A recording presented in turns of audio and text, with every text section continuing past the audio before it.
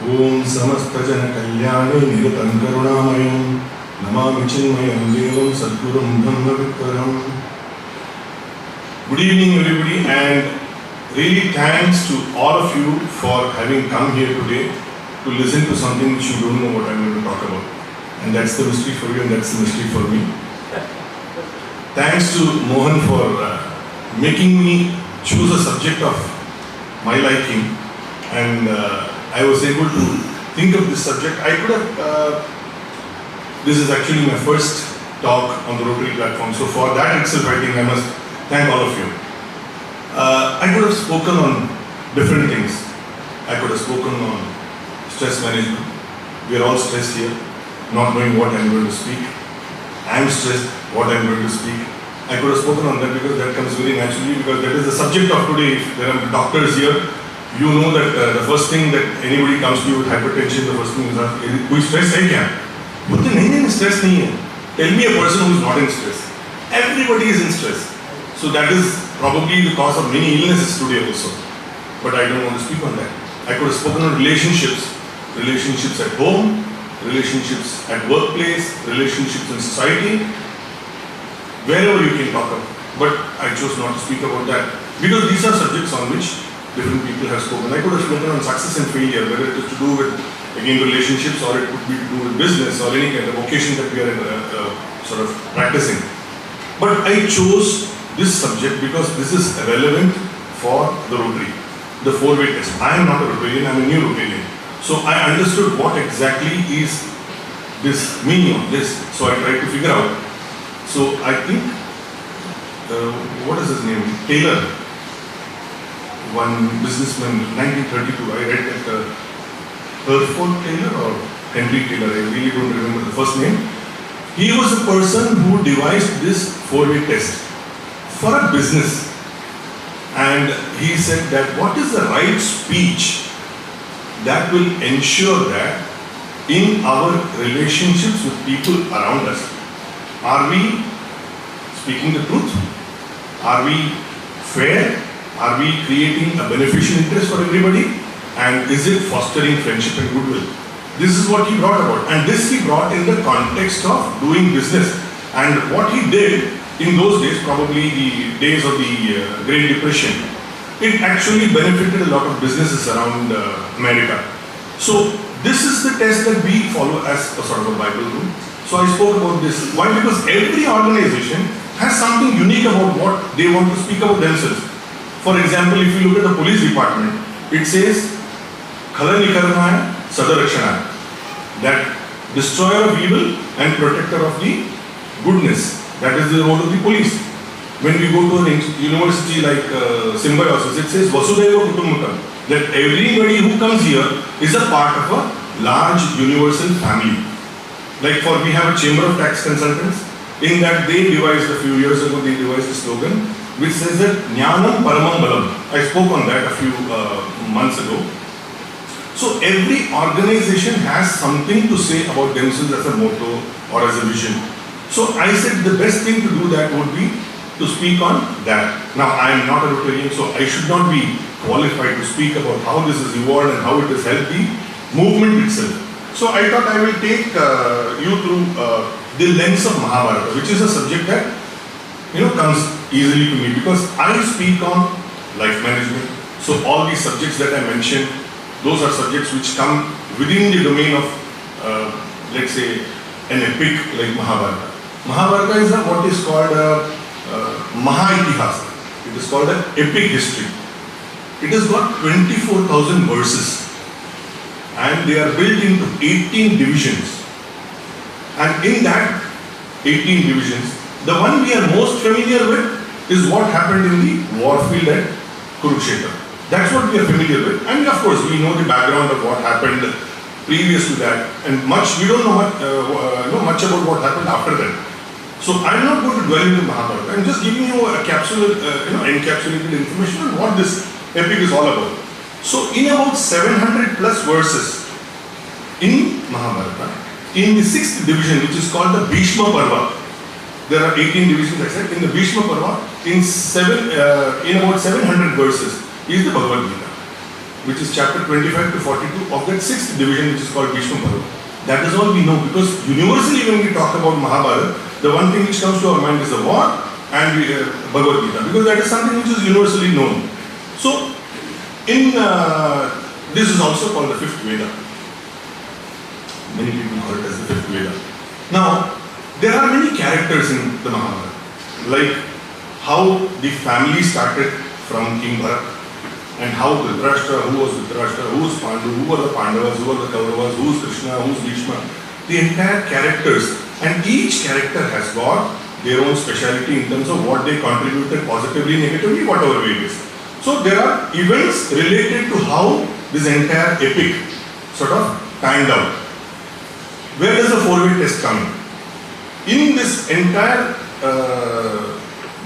discussion about what the Mahabharata is all about, there is the 5th division, which is called the Udyoga Parva. Now, not many people know that there are these divisions, but this Udyoga Parva comes after the 4th division, which is called the Virat Parva. What is the Virat Parva? It is the war which happened after their exile. Many of us are familiar with the Mahabharata. We know that there was a 12-year exile. After that, they were supposed to stay incognito for 1 year. At the end of that 1 year, if they finish the 13 years of exile, they will be given back their kingdom. So this is a story we all know. So at the end of the 13th year, there was an attack on the Virat kingdom where these people were living incognito, and there was a war which Arjuna won. We all are aware of that story. And there was a claim made by Duryodhana that I saw you before the exile ended. And there was a claim made by Pandavas which said that day got over yesterday. Today what you are seeing is the next day, so that day is over. So this is what we know. So that is the Virat Parva. With that the Virat Parva ends there. Incognito stay ends. After that what is called is the Udyoga Parva. What is Udyoga? Udyoga is effort. So after the Virat Parva, before the Bhishma Parva starts, which is the war, chapter on the war, there is an interregnum period. What happened in that interregnum period is relevant for our four-way test. It is all founded on this business of self-effort. So what is the effort? So before we come to the effort, let us go a little bit on the background of the characters. Let us say what happened with Dhritarashtra and Duryodhana. Dhritarashtra always felt that he was wronged by his seniors in the family because he was blind. His blindness was not only physical, his blindness was also mental, in the sense that he did not realize that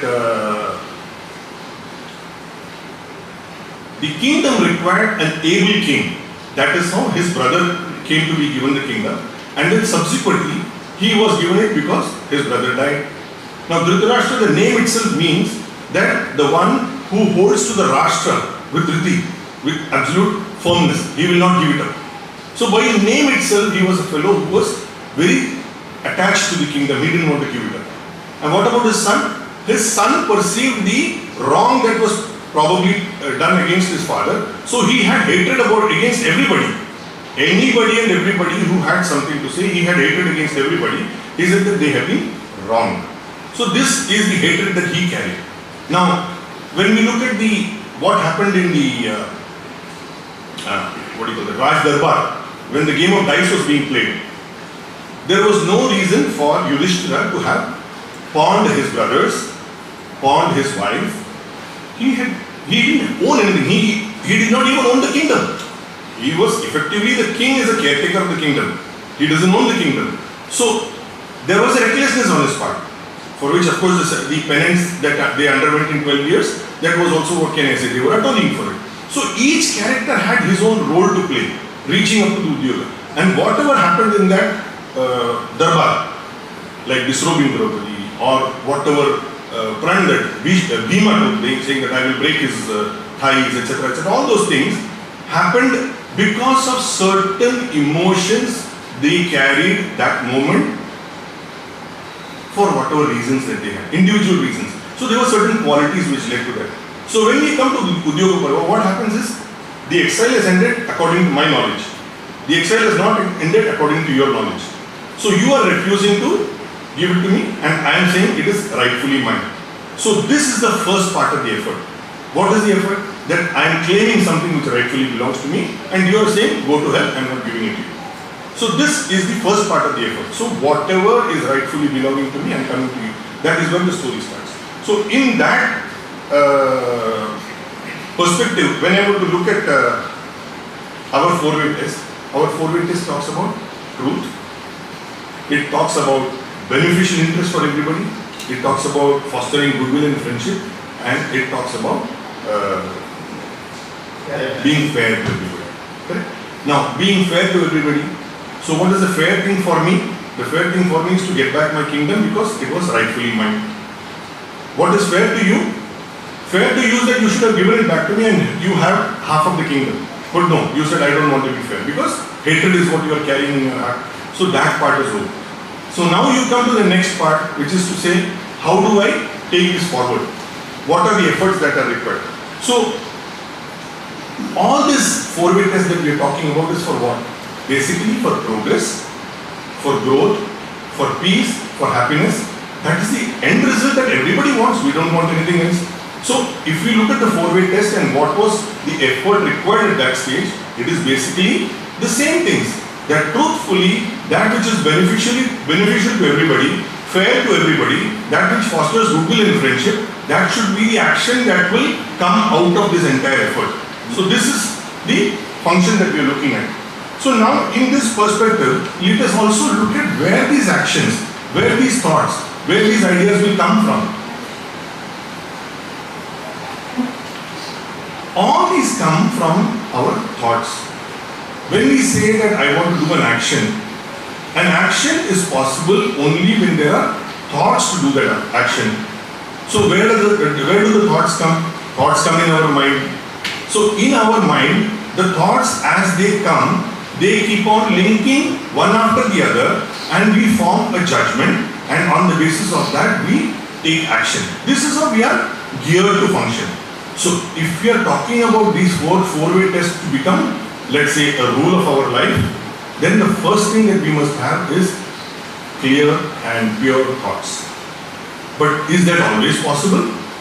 Surely not, because as I am thinking now about something, for example, I am eating a vada. Now the vada thinks that, "Arey yaar, coconut chutney bhi hota to acha tha." So my mind now suddenly has linked coconut chutney to vada. "Ye pav kyun nahi laya?" Now suddenly it has gone to pav. And then he says, "Arey wo tissue paper kyun nahi laya?" So what happens is, the mind is by nature linking one thought to the other, and it goes on and on and on. This is the nature of the mind. So the mind functions like that. Now when I go after probably 20 thoughts, what I have forgotten? Tissue paper remains. This is how our mind functions. We are unable to focus our mind on a single given thought at a given moment with absolute concentration and achieve it. And that happens only during exams. All the professionals who have written exams here, they know that the best. How the mind travels from one place to another even when we are studying. And that happens now with our children. So this is how the mind is. That is a tool. The tool is made like that. So at the first instance, the test can become functional and useful only if we are in a position to maintain thoughts and they are focused and they are pure. Only then all of these are possible. So this is the first thing I want to bring across. Now I will take all these four tests separately in the kaleidoscope of the Udyoga Parva, as I said. Now truth. What is truth? Really speaking, when we write in exams, we say true or false. They are given a statement, true or false. And we say this is true or this is false. Sometimes we encounter questions which could be true or which could be false. We yet say true or false because that is what we have read in our textbook and that is what will give us marks. Truth is that which does not change. Truth is the same at all times. The moment truth becomes changeable, it is no longer truth. So truth has to be one universal which is always the same. So whether I say that it is 8:30 now, 8:30 now, 8:30 now, 8:32, 8:32. So that becomes true because at that point in time it is 8:32. We are talking about it, but we are talking about in Bombay. The moment you are saying it is in New York, you say the time is different. It is not 8:32. So then that becomes different. So the perspective changes as per the location, irrespective of the fact that it is 8:32 here on the clock. So like that, truth is that which remains unchanged, irrespective of anything. That is the first quality of truth. There cannot be a relative truth. As I said, locational truth is relative truth. There cannot be a perspective to truth because perspectives can be different. You say something, I say something, they are perspectives. So truth is that which remains unchanged. Now for example, if I were to use the word dharma, invariably all of us will use the word dharma as religion.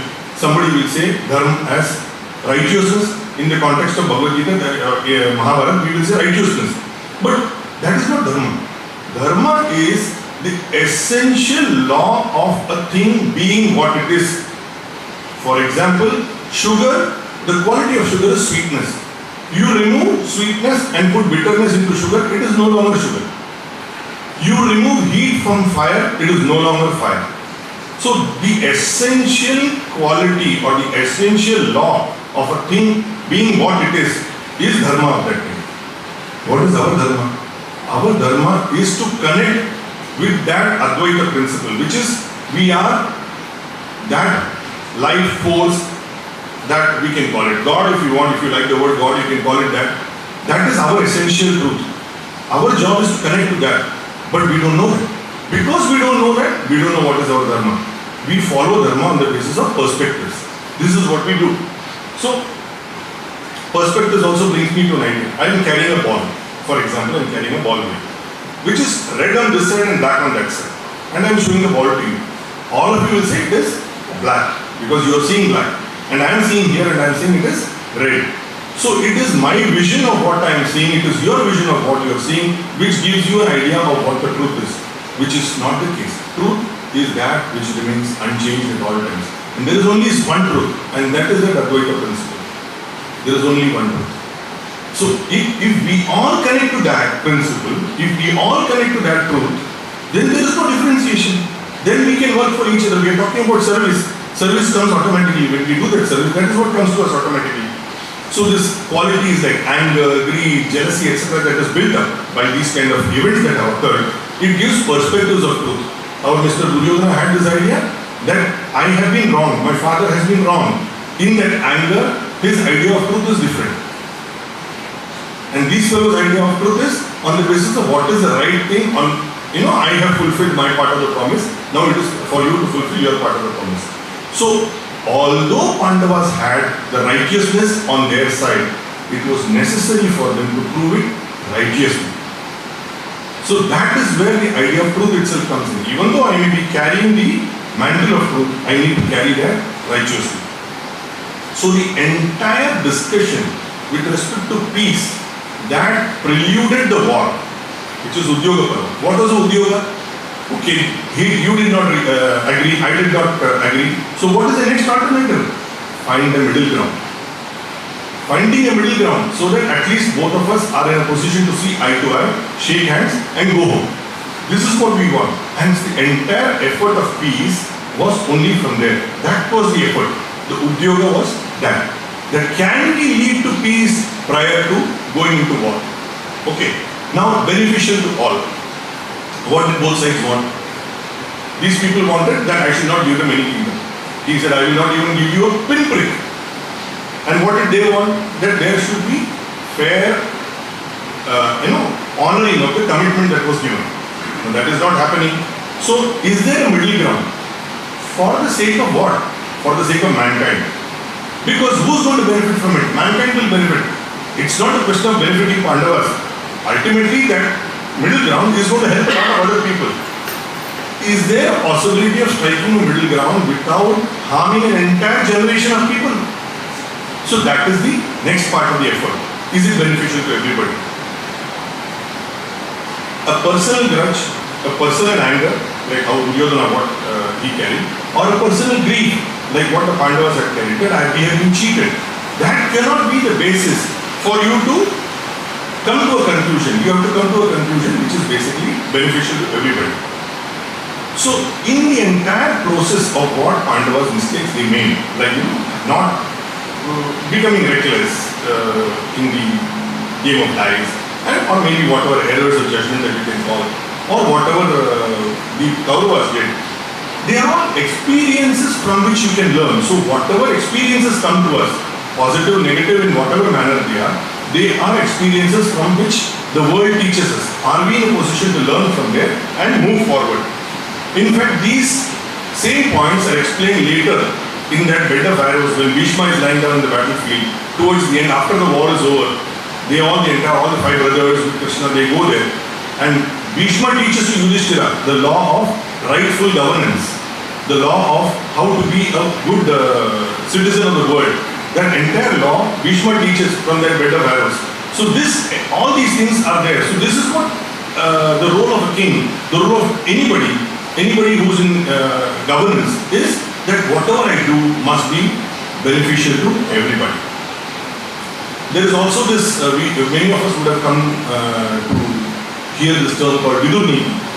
The Vidur Niti is again something which is explained in this parva. In this division only Vidur Niti is explained. Because that will come in his conversation with Dhritarashtra. Dhritarashtra comes and says, before the war, after Krishna comes as a messenger, he says, Vidur was his brother. He is asking, what should I do? He says, brother, if you listen to me, this is what you should do and this is what you should not do. Because the quality of a good leader is somebody who looks at the welfare of everybody and not for personal fratricidal benefit of what my children want as compared to what my brother's children want. That is not a yardstick of measurement at all. Anything that you must do must be for the benefit of everybody. So this is what comes to us from Vidur Niti. So compassion, when we look at today's management, compassion, accessibility, protection of my people, development, growth, these are all qualities that we today in modern management say is the quality of a true leader of a corporation, true leader of an organization. So when we look at it, these are things which are available 5,000 years ago. It's not something which we have created today. It's something which is available 5,000 years ago. And the third quality is it fair to all? Now, what is fair to you? What is fair to me? I should get back my kingdom. What is fair to you? I will not give you my kingdom. This is what you are looking at, perspectives of fairness. So, many messengers went to Dhritarashtra saying that we will go and take this, etc. Krishna also went and he says, ultimately he says, give them 5 villages. Give them 5 villages. That's sufficient. He said, I will not give you a pinprick. This is why he said 5 villages. It is fair to all, not fair to me, not fair to you, fair to all. So the kingdom that we are living in, the people who are living there, the generation which is living there, they should not have to fall prey to this fratricidal war. If for that I have to do a solution which is fair, this is the fairest solution I can come across. And what he did before going there as a messenger, he asked Yudhishthira this question. If I make a proposal, will you accept it? Because the Pandavas are angry that we have been wrong, we have been cheated, everything is there. He says, Krishna, whatever you do is acceptable. Because you will do that which is fair. Krishna said, did Krishna not know that the war was going to happen? He was God, no? He knew. But did he not take the effort to avoid it even then? So this comes to us, brings to us 2 words which are used commonly in Vedanta. They are called Prarabdha and Purushartha. Prarabdha is that which will come my way. It is my Prarabdha that you called me today. It is my Prarabdha that I am supposed to talk to you on this. Purushartha is how I speak, what you hear, how you imbibe. So this entire process of self-effort comes from a matching of these 2, Prarabdha and Purushartha. So Krishna said, I will do this, I will do something which is fair to everybody. In fact, if you look at this fairness, when Duryodhana and Arjuna went to him to Dwarka, that story also many of you are aware. Both Duryodhana and Arjuna went to Dwarka when they knew that the war was imminent. What Duryodhana wanted? He wanted the entire Yadava army. What Arjuna wanted? He wanted Krishna. In his heart he wanted Krishna. He didn't know what he was going to ask for. In his heart he knew he wanted Krishna. Both went and Krishna was sleeping. Arjuna was in his footstep. Duryodhana was on his near his head. Duryodhana came earlier, Arjuna came later. And Krishna opened his eyes and saw Arjuna for the first time. When he opened his eyes, he said, Are you come here? What do you want? Tell me what you want. Duryodhana says, No, I came first. You ask me what I want first. He says, I set my eyes on him first. I'll ask him. It is fair. I should ask him that question. So Duryodhana was all, anxious that this bloke should not ask him for the army. So he says, I give you one condition. I know both of you are coming here for my help for the war. Because the war is imminent. All peace effort is on failed. I will come unarmed. I will not lift a finger in the war. I will come unarmed. You can get me or you can get my entire army. Choice is yours. Arjuna said, I only want you by my side. I don't want anything else. Because that is what his heart carried and he didn't know. And he said that. And this blow was like jumping in joy. So that fairness, even in that stage, he was fair. That this is what it is. Despite knowing what was going to happen in the future. In the entire process of various efforts, of course, there was also this question of Draupadi and Bhima saying that I have taken an oath in that game of dice that I will rip apart that Dushasan's chati and remove his blood and put it on her hair. And she said, you should break his thighs for having abused me like that. So they carried a grudge, or rather that revenge in their mind. Krishna says, is your revenge more sacred than wiping out an entire generation for meeting your revenge? Just calm down. If peace has a place, we must try that. If fairness has a place, we must give it a chance. So they did whatever is required to see that fairly, if there is a possibility of achieving peace, we will try and do that. But that didn't succeed. Probably that's what I said. The prarabdha was there, then the war was going to happen. His purushartha was to find out if it is avoidable. If it is avoidable, why not? That much of effort he did.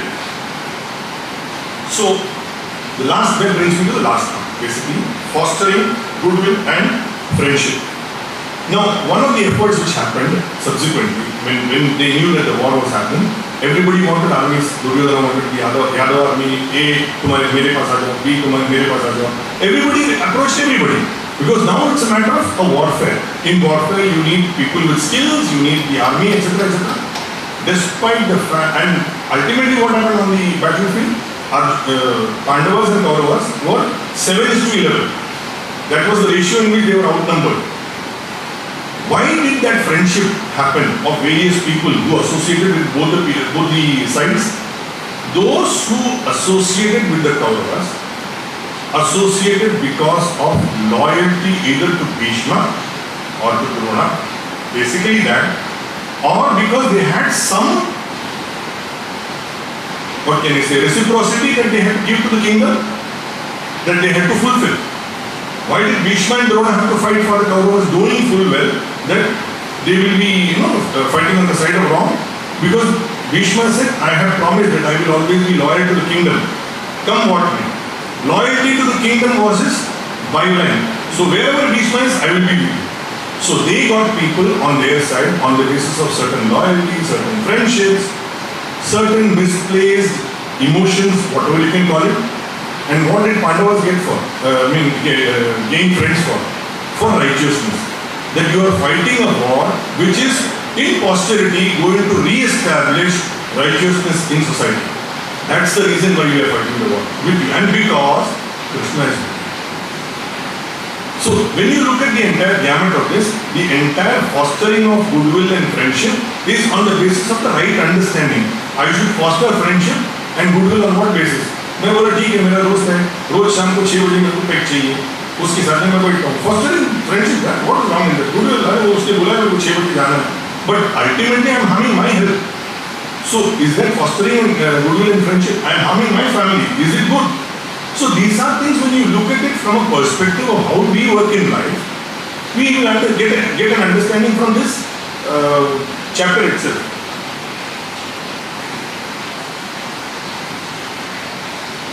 One of the examples that come to my mind in what this entire effort of peace was, that how Khandavaprastha became Indraprastha. We are all aware that when they won the first game of dice, lost, and then because of the intervention of the elders in the family, they said, okay, we will give it back to you.